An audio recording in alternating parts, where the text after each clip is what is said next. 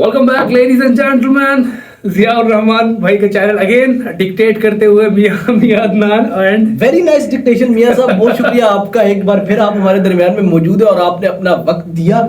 आज हम लोग जो बात करने जा रहे हैं वो ये है कि पिछले कुछ अरसे से इंडिया ने एक बहुत बड़ा इकोनॉमिक बूम पकड़ा और इंडिया रॉकेट की रफ्तार से तरक्की कर रहा है और हत्ता कि चांद पे भी कदम रख चुका है। अब तो सूरज को टच करने और अगला मरीख मिशन लेके जाने की बात कर रहा है। और इकोनॉमिकली और ह्यूमन रिसोर्सेज को जिस तरह उन्होंने यूज किया, अपनी आबादी को चाइना और इंडिया ने यूज करके चाइना के पैटर्न पे चलते हुए एक तरक्की की मनाजिल अबूर कर रहा है। आखिर क्या वजह है कि इंडिया इतनी जल्दी तरक्की कर रहा है? उन्होंने कौन सा ऐसा फार्मूला अपनाया है और उनसे हम क्या सीख सकते हैं? ये बात जानने के लिए हमारे पास एक वीडियो मौजूद है। उस वीडियो का तारुफ मियां साहब आप करवाएं जरा। जी, अभी न्यू ये मियां बीवी हैं जी, कंटेंट क्रिएटर हैं। जैसे कि मैंने आपको बताया था कि ध्रुव राठी हो गए, उसके बाद हमारे पास आ जाते हैं। इंडिया को समझने के लिए इंडियन क्रिएटर्स को देखना तो बहुत जरूरी है और उनको सीखने मूंछों से आप चाहे जो है बड़ी मूंछों का ये भी नुकसान होता है, ठीक है, क्योंकि अभी मैंने छोटी करवा ली। मेरा नो शेव नवंबर चल रहा है दरअसल, इसलिए I am not shaving at all.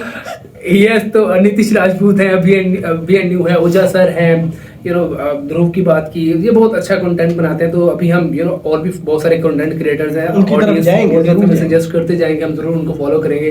तो अभी जी, who is saving Indian economy? आखिर इंडियन इकोनॉमी जो है इतना ज्यादा एक तो ग्रो कर रही है, सस्टेन कर रही है, सारे सेक्टर जो है कोऑर्डिनेटेड क्या है, उसकी ऑब्वियसली कुछ वजूहत हमें पता है भाई। सबसे मेन जो होती है पॉलिटिकल स्टेबिलिटी, और वो वहां रही है नो मैटर व्हाट। और वो ऐसा भी नहीं है कि जो पॉलिसीज एक गवर्नमेंट देखेगी दूसरी आके या पाकिस्तानी इस तरह टांगे लेग पुलिंग वाला हिसाब नहीं रहा, टांगे खींचते नहीं रहे। उनके पॉलिटिशियंस ने बहुत बेहतर परफॉर्म करके दिखाया और डेमोक्रेसी बड़े बेहतरीन तरीके से प्रिवेल की है।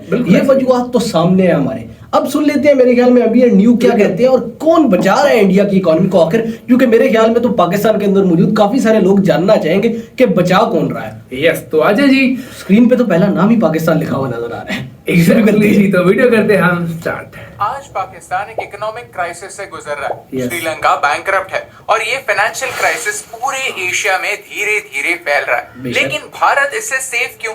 क्योंकि एक ऐसी गवर्नमेंट ऑर्गेनाइजेशन है जो हमें हर इकोनॉमिक डिजास्टर से बचाने का काम करती है। हर सरकारी कंपनी कुछ ऐसी दिखती है, लेजी, कामचोर और करप्ट, जिनका एक ही काम होता है, आम आदमी का पैसा खाओ और मौज बनाओ। इसीलिए कई सरकारी कंपनियां लॉसेस में चलती हैं, सिवाय एक के। ये एक ऐसी सरकारी एंटिटी है जो थोड़ी बहुत नहीं करोड़ों में कमाई करती है। इनफैक्ट पिछले एक साल में उन्होंने 2 लाख करोड़ रुपए कमाए हैं। बात हो रही है आरबीआई की। Government institute, RBI bank of India, वो बैंकों को रेगुलेट करता है और फॉरेन एक्सचेंज के रूल्स बनाता है। तो आरबीआई पैसे कैसे कमाता है और इतनी सारी धनराशि का आरबीआई करता क्या है? आइए जानते हैं आज के इस वीडियो में। ये है हमारी सीरीज हाउ इंडिया वर्क्स, जहां हम भारत के उन मुद्दों पर बात करते हैं जिनके बारे में सोचते तो सब है लेकिन जवाब किसी के पास नहीं होते। अगर आपको इस वीडियो से वैल्यू मिलती है तो चैनल को सब्सक्राइब या फॉलो करना ना भूलिए। ये आपके लिए तो फ्री है लेकिन इससे हमारी बहुत हेल्प होती है। इस वीडियो का ओरिजिनल लिंक आरबीआई डिस्क्रिप्शन में मौजूद है। आरबीआई यानी reserve bank of India,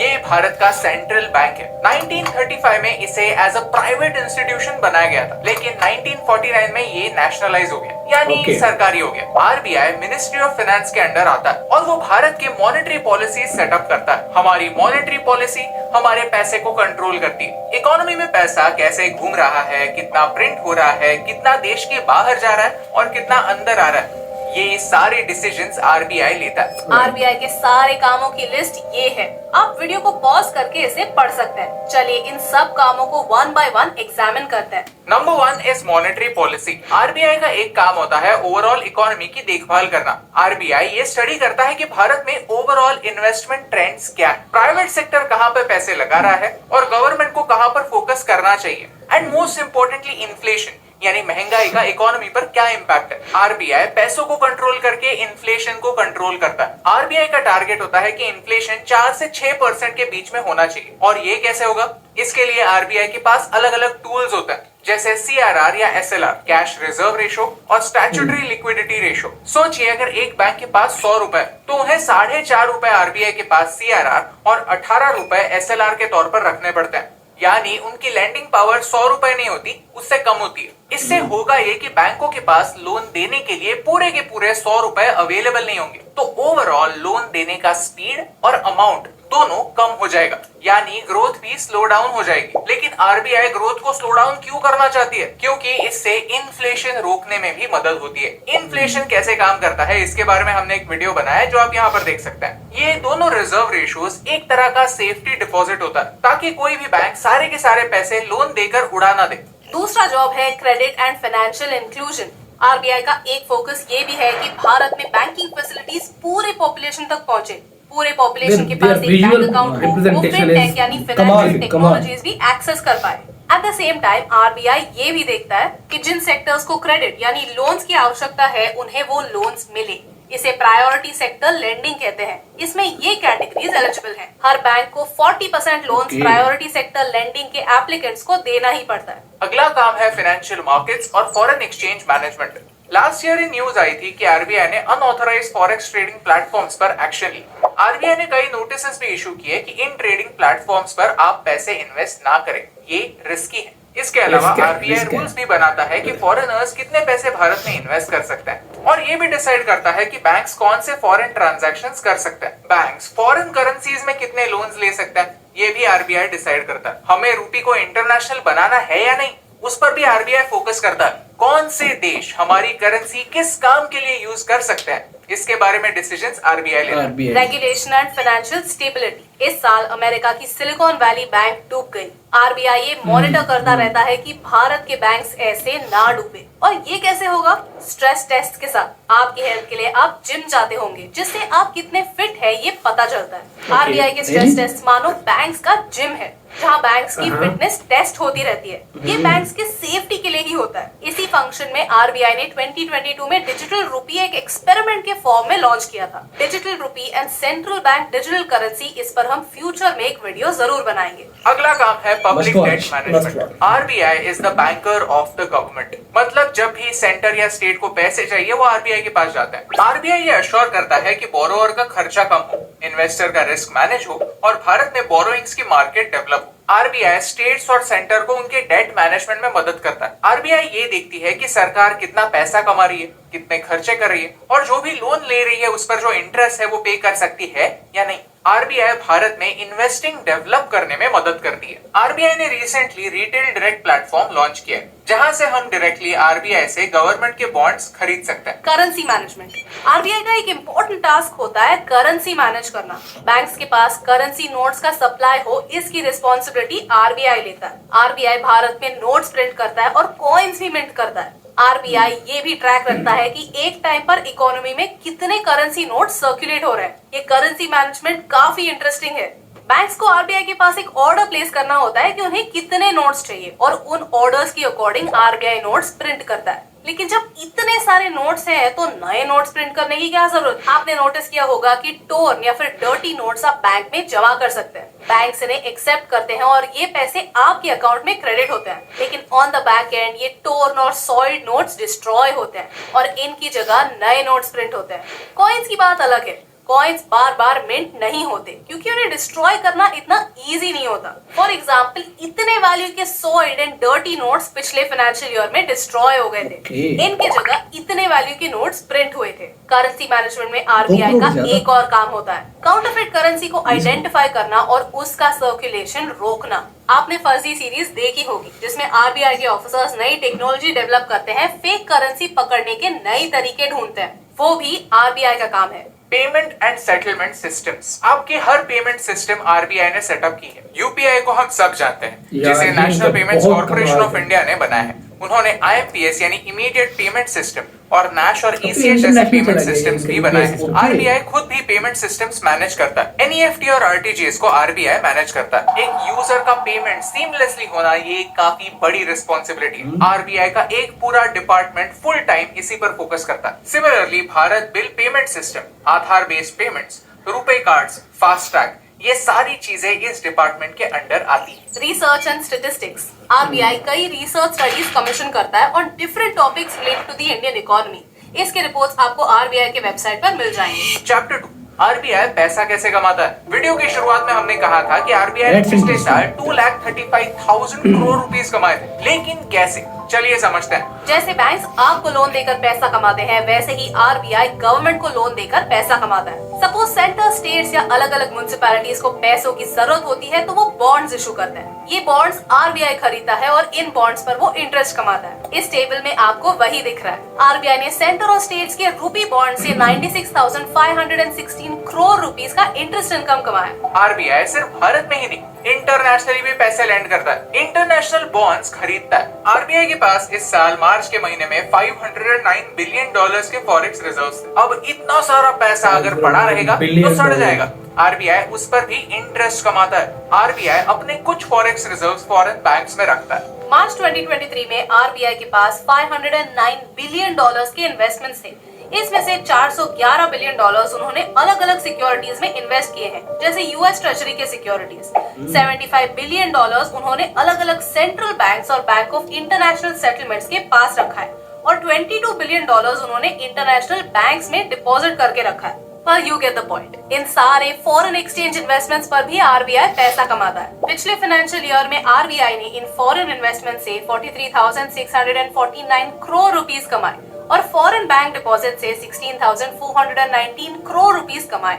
RBI को बैंकों का बैंक कहते हैं, यानी अगर किसी बैंक को अर्जेंटली पैसे बोरो करने हैं तो वो आरबीआई की लिक्विडिटी एडजस्टमेंट फैसिलिटी से पैसे बोरो करते हैं। लिक्विडिटी एडजस्टमेंट फैसिलिटी में आरबीआई भी बैंकों से पैसे बोरो करती है। ये फिगर आपको नेगेटिव दिख रहा होगा क्योंकि पिछले फाइनेंशियल ईयर में आरबीआई ने बैंक्स को इंटरेस्ट पे किया। ऐसे ही अलग अलग फैसिलिटीज प्रोवाइड करके आरबीआई पैसे कमाती है। चलिए बढ़ते हैं अदर इनकम्स की ओर। इस टेबल में बाकी अमाउंट्स काफी छोटे छोटे हैं, लेकिन एक अमाउंट काफी बड़ा है। Exchange gain from foreign exchange transactions. ये पैसा कहाँ से आया? पिछले साल यूएस ट्रेजरी के हेड ने उनकी इकोनॉमी और पूरी दुनिया को तोड़ने की मस्त कोशिश की। ये है फेड या फेडरल रिजर्व। ये है अमेरिका का आरबीआई यानी सेंट्रल बैंक। लोगों को लोन किस रेट पर मिलेगा? ये फेड के इंटरेस्ट रेट से लिंक्ड होता है। फेड के रेट में कुछ परसेंट जोड़कर बैंक्स लोगों को लोन देती है। 2008 में फाइनेंशियल क्राइसिस आया था और बैंकों की लगी पड़ी थी। इकोनॉमी को संभालने के लिए यूएस फेड ने फटाक से रेट्स गिराकर क्लोज टू जीरो कर दिए। तो हुआ क्या? पैसा सस्ता हो गया। लोगों के लिए लोन लेना सस्ता हो गया, तो बिजनेसेस ने लोन लिया और इकोनॉमी धीरे धीरे स्टेबलाइज हुई। फिर फेड ने भी धीरे धीरे रेट्स बढ़ाना स्टार्ट किया। लेकिन 2020 में एक और क्राइसिस आया, द पेंडेमिक, जिसके बाद फटाक से फेड ने रेट्स वापस गिरा दिए। लेकिन इकोनॉमी पर इसका बुरा असर हुआ क्योंकि इन्फ्लेशन बढ़ा, तो फेड ने इंटरेस्ट रेट्स एकदम से 80 गुना बढ़ा दिए। ये एक और रीजन है जिसकी वजह से सिलिकॉन वैली बैंक क्रैश हुई, जिसके बारे में हमने एक डेडिकेटेड वीडियो बनाया हुआ है। रेट्स बढ़ने की वजह से यूएस गवर्नमेंट बॉन्ड्स एक अट्रैक्टिव इन्वेस्टमेंट ऑप्शंस बनने लगे। लोगों ने भारत से पैसा निकाला और यूएस में इन्वेस्ट किया। भारत में डॉलर महंगा हो गया और इसे कंट्रोल करने के लिए आरबीआई ने मार्केट में डॉलर का सप्लाई बढ़ाना स्टार्ट किया। कैसे? अपने फॉरेक्स रिजर्व्स बेचकर। ये डॉलर्स आरबीआई ने कम प्राइस पर खरीदे थे और अब प्राइस बढ़ चुका है। इसीलिए आरबीआई ने डॉलर्स बेचकर 1,03,308 करोड़ रुपीस कमाए हैं। चैप्टर 3, आरबीआई पैसा स्पेंड कहाँ करता है? आरबीआई अपने इनकम से पहले अपने खर्चे निकालता है। उनका सबसे बड़ा कॉस्ट है एम्प्लॉय कॉस्ट यानी सैलरीज, जिस पर 6,004 करोड़ रुपए खर्च होता है। उसके बाद 4,600 करोड़ करेंसी नोट्स प्रिंट करने में या कॉइन मिंट करने में खर्च होता है। एजेंसी चार्जेस में 4,000 करोड़ खर्च होता है। लेकिन उनके इनकम के सामने ये तो बहुत छोटे एक्सपेंसेस हैं। बचे हुए पैसे का क्या होता है? आरबीआई अपने रेवेन्यूज का मेजर हिस्सा रिजर्व्स में ट्रांसफर करता है। 2022-23 में उन्होंने 1,30,875 करोड़ रुपीस के प्रोविजंस बनाए। ये प्रोविजंस फ्यूचर में अगर कोई अनसर्टेन इवेंट आए तो उसकी तैयारी में बनाए जाते हैं। आरबीआई देश का सेंट्रल बैंक होता है। वो गोल्ड और दूसरी सिक्योरिटीज में इन्वेस्ट करता है। अगर कल जाकर उनके इन्वेस्टमेंट डिसीजन सही नहीं हुए तो सिर्फ उनका ही नहीं, देश का नुकसान हो सकता है। ये एक काफी बड़ी रिस्क है, तो इस रिस्क को कम करने के लिए आरबीआई प्रोविजंस करता है। रिजर्व बैंक अपने प्रॉफिट्स पर कोई टैक्स नहीं देता, लेकिन अपने खर्चे और रिजर्व्स को छोड़कर जो अमाउंट बच जाता है वो सारा का सारा अमाउंट सरकार को दे देता है। ये सेंटर के लिए एक तरह का बोनस हो जाता है। यही सिस्टम कई दूसरे देशों के सेंट्रल बैंक्स भी फॉलो करता है। US federal reserve, bank of England, bank of Japan, ये सारी बैंक्स भी अपनी सरकार को अपने प्रॉफिट्स ट्रांसफर करती हैं। आरबीआई का ये सालाना बोनस भी कंसोलिडेटेड फंड ऑफ इंडिया में जाता है। चलिए पिछले 20 सालों का ट्रेंड देखते हैं। इस ग्राफ में ये साफ साफ दिखता है कि हर साल आरबीआई ज्यादा से ज्यादा पैसा सरकार को देता है। हमारे टैक्सेस के अलावा आरबीआई का काम भी सरकार के लिए एक इनकम सोर्स बन जाता है। Chapter 4 conclusion. सोचिए 1990s में जस्ट 30 साल पहले भारत का भी वही हाल था जो आज पाकिस्तान का। हमारे पास सिर्फ अगले 2 वीक्स के इंपोर्ट्स के लिए फॉरेक्स रिजर्व्स बचे थे, लेकिन वहां से भारत 2004 में हमने 100 बिलियन के फॉरेक्स रिजर्व्स का आंकड़ा पहली बार क्रॉस किया और 2020 में 500 बिलियन से ज्यादा के फॉरेक्स रिजर्व्स हमारी तिजोरी में है।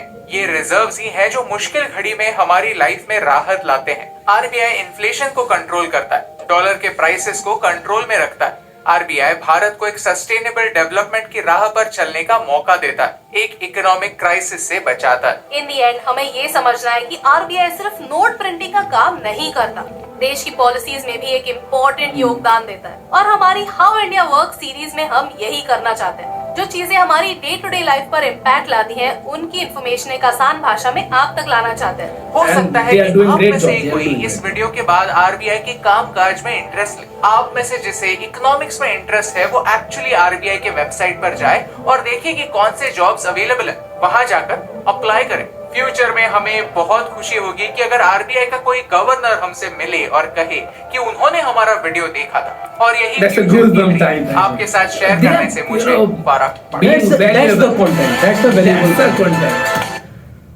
बात कर लेते हैं सबसे पहले कंटेंट क्रिएशन पे। अगर प्रोडक्शन के एंगल से देखा जाए, मतलब माइंड ब्लोइंग। क्या उन लोगों ने विजुअल्स क्या यूज किए, उन लोगों ने जिस तरह के डेमोग्राफिक्स, जबान, इकोनॉमी इतना मुश्किल काम है और उसको आसानी से समझाना। और आरबीआई जो इकोनॉमी का बाप बनता है इस टाइम पे, दुनिया की ग्रोइंग इकोनॉमी की अगर बात की जाए तो आरबीआई का बहुत बड़ा हाथ है उसके अंदर। और आरबीआई की स्ट्रेटेजी को इतने आसानी से समझाना, कंग्रेचुलेट करना बनता है इन दोनों मियां बीवी को। क्या कमाल तरीके से उन्होंने समझाया। Brilliant work. और देखो हमारा जो अब देखिए ना, शुरू में हमारा जो आरबीआई से एक इंट्रोडक्शन है वो ये रिजर्व बैंक ने हमारे पैसे रोक लिए। हाँ? पाकिस्तान के रिजर्व हमारा तो शुरू से सिर्फ एक थोड़ा सा एक्सपोजर था, ठीक है। इतने हमारे पैसे आए थे जब से। अगेन अब ये चीज सीखने वाली कि उनके हर इदारा किस तरह काम कर रहा है। उनका बॉलीवुड देख लो, शोबिज इंडस्ट्री, उनकी क्रिकेट, इवन उनका IPL is earning more than our country. Exactly, उनका जो स्पोर्ट्स वाला सीन है, उनकी आईटी इंडस्ट्री देख लो, वो मतलब उनका एग्रीकल्चर में भी वो बेस्ट कर रहे हैं। मतलब दे आर, हर उनका इदारा हमसे बहुत बेहतर जा रहा है। और हम हमारे अगर आप बात करें ना आरबीआई की रिप्लेसमेंट में, हमारे पाकिस्तानी ऑडियंस को शायद ना पता हो, हमारे पास स्टेट बैंक ऑफ पाकिस्तान है। स्टेट बैंक ऑफ पाकिस्तान हर महीने एक रिपोर्ट जारी करता है और हर जून जुलाई को सालाना रिपोर्ट आती है उनकी, जब आपका फिस्कल ईयर कंप्लीट होता है। उस रिपोर्ट को पढ़कर देखो तो आपको हमेशा यही मिलता है कि स्टेट बैंक को इस साल इतना खसारा हुआ, स्टेट बैंक को इतना खसारा हुआ, स्टेट बैंक ने इतने पैसे गवर्नमेंट से लिए बजाय गवर्नमेंट को पैसे देने के। ये आरबीआई और एसबीबी का फर्क है इस टाइम पे। स्टेट बैंक ऑफ पाकिस्तान को गवर्नमेंट को सपोर्ट करने के बजाय वो गवर्नमेंट से ले रहा है। और यही हाल हमारे तमाम इदारों का है, पीआईए, रेलवे, और ये मसला हमारी पॉलिसीज का है बेसिकली। और रेलवे की भी आपने बात की, इंडिया का रेलवे सिस्टम, मतलब करोड़ों बंदे रेलवे से एक दिन में सफर कर रहे हैं। But really love this video और ये कंटेंट बहुत बढ़िया है। हम गाय बगाए इसको फॉलो करते रहेंगे। Again we are very impressed, और जो चीज तारीफ करने वाली है उसकी तारीफ बनती है। एक मजे की बात, उन्होंने 2 रेफरेंसेस सीरीज के दिए दरमियान। एक तो फर्जी का रेफरेंस आया, वेरी नाइस सीरीज दैट। उसके बाद स्कैम 1992 का एक विजुअल आया जिसमें मैंने बोला हर्षद मेहता। हर्षद मेहता 1992 स्कैंडल है और बहुत बड़ा स्कैंडल है जिसमें इंडिया तकरीबन बैंकरप्ट हो गया था। और 90s के बाद जिस तरह इंडिया आगे है, ये हमारे लिए मोटिवेशन है। जिस तरह हमने स्टार्ट में बात की कि हम मोटिवेशन देखेंगे, एग्जैक्टली ये हमारे लिए मोटिवेशन है कि एसबीबी भी उस तरह काम कर सकता है। बिल्कुल उसी तरह से जैसे मनमोहन सिंह आए, उन्होंने चीजों को छोड़ा, जैसे हमने उन्होंने छोड़ा चीजों को, प्राइवेटाइज किया चीजों को। इवन उसने काफी सारा गोल्ड जो है यूके के बैंक पे रखवाया, उससे पैसे लिए, तो वो ऑलमोस्ट अच्छा। इस टाइम पे पाकिस्तान की जो हालत है ना वो 90s के इंडिया से कुछ बहुत ज्यादा खराब है क्योंकि ये मामला है कि हमारे पास, हम जितने करेंसी नोट्स छाप रहे हैं उनकी रिप्लेसमेंट में हमारे पास 70% के लिए हमारे पास गोल्ड नहीं है। मतलब हमारे जो नोट्स हैं वो इस टाइम पे जाया हो चुके हैं। पाकिस्तानी ऑडियंस को ये पैगाम है कि आपको बहुत ज्यादा सीरियस होकर सोचना पड़ेगा, और खासतौर पे वो लोग जो टैक्स पे नहीं कर रहे। जब आप टैक्स पेयर बनेंगे तो तब इस कंट्री को आगे बढ़ाया जा सकता है। अगेन जिया भाई, मतलब हम कुछ फैक्टर्स हैं उनको डिनाई नहीं कर सकते अभी तक। Political instability। ऊपर जो बैठे हैं लोग, उनको अभी भी अकल नहीं है कि आप इस मुल्क में क्या कर रहे हो। फिर एक एक्सपेरिमेंट करने जा रहे हैं। हाँ, yes, इस मुल्क के साथ, मतलब हर कोई देख रहा है और फिर भी सब सामने नजर आ रहा है। खैर, हमारे मुल्क के अलावा हम लोग एक बात में जो करना चाह रहा था शुरू से आखिर तक, वो ये है कि डेमोक्रेसी की बात। यस, जब आप हमारे यहाँ डेमोक्रेसी तो सबसे बड़ा हम problem- लोग बड़े अरसे से डेमोक्रेटिक कंट्री 2008 के बाद Theoretically, हाँ, I would say theoretically। theoretically democracy हमारे यहाँ चल रही है, लेकिन हमारे अंदर डेमोक्रेटिक रवैये नहीं पैदा हो सके। जब आप डेमोक्रेटाइजेशन के प्रोसेस से गुजरते हैं ना, जिस तरह इंडिया गुजरा है, तो स्टेट बैंक जो होता है, जो इंस्टीट्यूशन होता है ना, Yes। वो शख्सियत से स्ट्रांग हो जाता है। बिल्कुल। जिस तरह आरबीआई इस वक्त स्ट्रांग है इंडियन गवर्नमेंट, मोदी जी या किसी एक शख्स से, इस तरह एसबीपी को इंस्टीट्यूशनलाइजेशन हमारे मुल्क में नहीं हो सकी। बहुत अफसोस के साथ, अगर हम इंस्टीट्यूशनलाइजेशन नहीं करेंगे, आप अगर जाके अभी उन्होंने अमेरिका की एग्जांपल दी, अमेरिका में भी ये हुआ, Wall Street has a big role to play, बिल्कुल उनके ऐसे ही बैंक्स है। बहुत बड़ा रोल प्ले करते हैं। हमें इंस्टीट्यूशनलाइजेशन की तरफ जाना होगा और हमें इन सिविल इंस्टीट्यूट्स को बहुत ज्यादा बैक करना पड़ेगा और अच्छी पॉलिसीज देनी पड़ेंगी, और यही वे फॉरवर्ड है और हमारे पड़ोसियों ने करके दिखाया है। इस वीडियो से तो मैंने तो सबसे बड़ा यही रिजल्ट अखज़ किया है कि जब आप इंस्टीट्यूशनलाइजेशन करवाते हैं किसी मुल्क में और डेमोक्रेटिक रवैये जन्म लेते हैं और डेमोक्रेटिक प्रोसेस गुजरता है, तो साथ साथ आप सीखते हैं और ग्रो करते हैं। बिल्कुल। छोटे छोटे जितने भी आपके इदारे हैं ना, सब को आप जब उनको फ्री छोड़ते हैं कि आपने करना है, वो जब मिलते हैं ना, इकट्ठ बनता है कलेक्टिव, तो वो एज अ होल मुल्क को उठाता है। चूंकि हम 70% यूथ हैं तो हम बड़े जज्बाती भी हैं ना, तो वी वांट डेमोक्रेटाइजेशन।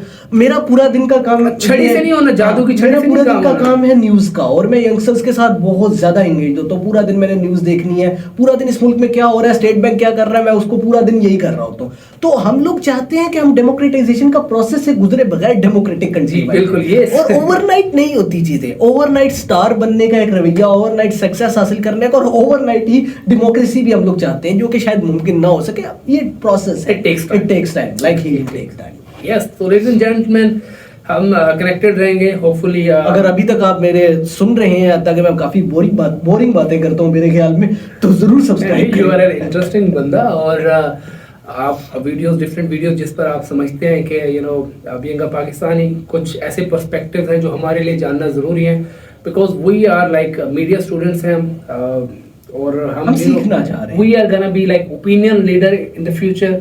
तो हम उस प्रोसेस से गुजरे, और इस वजह से इस सीरीज का भी आगाज इसलिए किया है कि हम अपने आप को इस माइंड को और ज़्यादा ओपन रखें, चीज़ों को समझें, हमारे सराउंडिंग में किस तरह से चीज़ें चल रही हैं, ना कि हम सिर्फ एक बॉक्स के अंदर रहें, आउट ऑफ द बॉक्स चीज़ों को देखें। और बाद में जब आप कोई भी अपना तज्जिया पेश कर रहे होते हो, तो आप चीज़ों को ना कंपेयर कर रहे होते हो, जब एनालाइज करते हो या किसी चीज़ पर कमेंट्स करते हो, तज्जिया अपना पेश करते हो, तो उसके लिए यह है कि पहले आपको खुद आपके अंदर कुछ होना चाहिए, तभी आप उसको बेहतर अंदाज से उस चीज़ को एक्सप्लेन कर सकते हो। तो हम उस प्रोसेस में हैं और हम आपसे सीखेंगे, ठीक है। और कुछ बातें जो उधर से एक मेन स्ट्रीम मीडिया के थ्रू आप देखते हैं, वो एक और एंगल होता है जो ज्यादा personal. We don't have a Kalashnikov in our hand. Yes, तो We are sitting here as a normal guy. Your media is lying to you, our media is lying to us. We are the same. Exactly तो हम अपने and से जितनी भी बातें हैं, क्योंकि हम आम लोग हैं, आप भी मोस्ट ऑफ यू जो देख रहे होंगे कि अभी क्या हम कैमरे को देख रहे हैं, लेकिन आप जब देख रहे होंगे तो एक स्क्रीन ही होगी, तो आप भी हमारी तरह normal, Just the flesh and red blood. With some flu. तो हम इस तरह से इंशाल्लाह कनेक्टेड रहेंगे। ज़िया भाई, आप इसको कंक्लूड कर दें प्लीज। इस दुआ के साथ कि पाकिस्तान के हालात भी बदले और इंडिया और ज्यादा मज़ीद तरक्की तरक्कियां करे। करे, और साउथ एशिया जो है, एशिया क्योंकि फ्यूचर है इस दुनिया का, यूरोप का बहुत सारा टाइम गुजर चुका, Asia is the rising power. इन दुआओं के साथ अपने दोनों मेजबानों को दीजिए इजाजत। अपना और अपने चैनल का ख्याल रखें, हमें दुआ में याद रखें। Ladies and gentleman, peace out.